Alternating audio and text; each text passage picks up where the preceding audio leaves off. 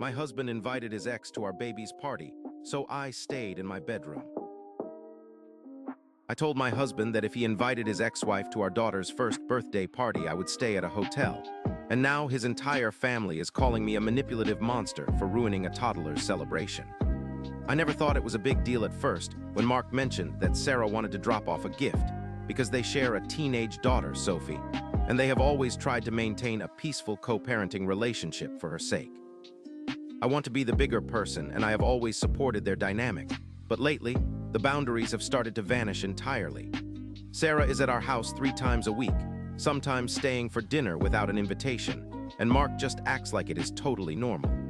That is when I realized something was wrong because I started feeling like a guest in my own living room while they reminisced about their old college friends and inside jokes. I was not trying to cause problems when I told Mark that our daughter's birthday should be about our nuclear family and close friends, especially since Sarah has her own life and Sophie would already be there. Looking back, I probably should have seen the signs that Mark was not actually listening to my discomfort, because he went ahead and sent her a digital invite anyway without telling me. I found out when Sarah texted me asking if she could bring her new boyfriend and a homemade cake, which felt like a direct slap in the face. When I confronted Mark, he said I was being insecure and that excluding the mother of his first child would create a rift that would hurt Sophie. I told him that if he could not respect one boundary for our daughter's milestone, I would not participate in the performance of being a happy wife, so I booked a room for the weekend.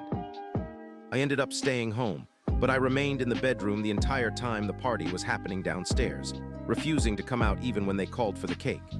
I could hear them laughing, and it felt like I had been replaced in my own home. Now everyone is split on whether I went too far by hiding away and making the day awkward for the guests. Mark says I traumatized our daughter by not being in her photos, and that I acted like a jealous child instead of a mother. My mother-in-law messaged me saying that my pride is more important to me than family harmony, and that I have permanently damaged my relationship with Sophie by making her mother feel unwelcome. I feel like I was forced into a corner where I had to either roll over or stand my ground, but the silence in our house now is deafening. Mark is barely speaking to me, and Sophie is staying at her mom's for the week because she says the atmosphere here is too toxic. I keep wondering if I should have just sucked it up for a few hours to keep the peace, or if giving in would have just meant losing my voice forever in this marriage.